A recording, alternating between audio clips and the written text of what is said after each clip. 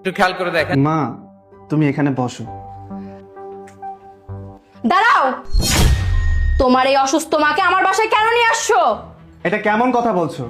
আমার মা অসুস্থ, আমার মাকে আমার বাসায় নিয়ে আসবো না? তুমি 5 বছর পর বিদেশ থেকে আসছো, তুমি কোথায় আমাকে আর আমার সন্তানকে সময় দিবে? তুমি তা না করে তোমার এই বৃদ্ধ অসুস্থ মাকে এখানে কেন নিয়ে আসছো গ্রাম থেকে? তুমি কার পারমিশন নিয়ে ওনাকে নিয়ে আসছো? আর তাছাড়া ওনার সেবা যত্ন কে করবে? আমার মাকে আমার বাসায় আমি নিয়ে আসবো, তার জন্য আবার পারমিশন লাগবে? কার পারমিশন লাগবে? শ্রাবণ, এখন তো খুব মামা করতেছো। হ্যাঁ, এতদিন তোমার মা কোথায় ছিল?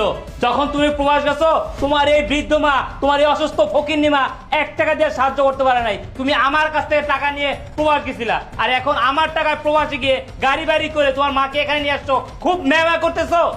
হ্যাঁ ঠিকই বলেছেন, আমি আপনার কাছ থেকে টাকা নিয়ে প্রবাস গিয়েছি, কিন্তু সেই টাকা অনেকদিন আগেই আমি পরিশোধ করে দিয়েছিলাম।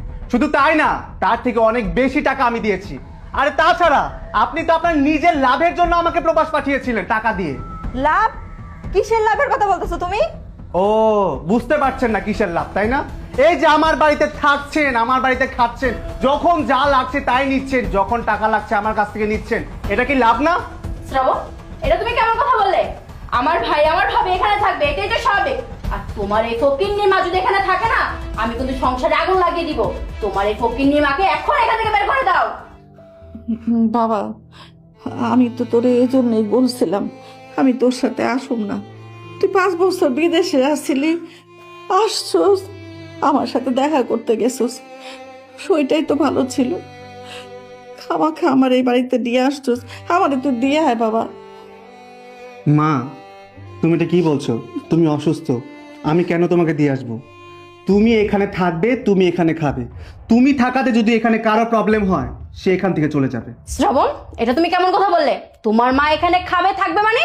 তোমার তো আরো 2টা ভাই আছে, তোমার মা কি সেখানে থাকতে পারে না? এখানে কেন থাকবে সে? তুমি তাকে ওখানে দিয়ে আসো, আর সব দায়িত্ব কি তোমার উপর নাকি? কি বললেন? আমার আরো 2টা ভাই আছে, আমার যদি আরো 10টা ভাইও থাকে তাতে কি? তারা যদি আমার মায়ের প্রতি দায়িত্ব পালন করে তো করবে, না করলে না করবে। আরে উনি আমার মা, উনি আমাকে জন্ম দিয়েছে, মানুষের মতো মানুষ করিয়েছে, লেখাপড়া করিয়েছে, ওনার প্রতি আমার সমস্ত দায়িত্ব আছে। আরে আমি আমার মায়ের প্রতি দায়িত্ব পালন করব। আমার মা আমার বাসায় থাকবে, খাবে। আমার মা অসুস্থ, আমি আমার মায়ের চিকিৎসা করাবো। ঠিক আছে, তোমার মা যেহেতু এখানে থাকতে চাচ্ছে সেখানে থাকুক, কিন্তু আমি তোমাকে একটা সব কথা বলে দিচ্ছি, তোমার এই অসুস্থ মায়ের সেবা যত্ন আমি করতে পারবো না। আর তাছাড়া তোমার এই ফকিন্নি মা যাতে আমাকে কোনো অর্ডার না করে। ভাইয়া ভাবি, চলো এখান থেকে।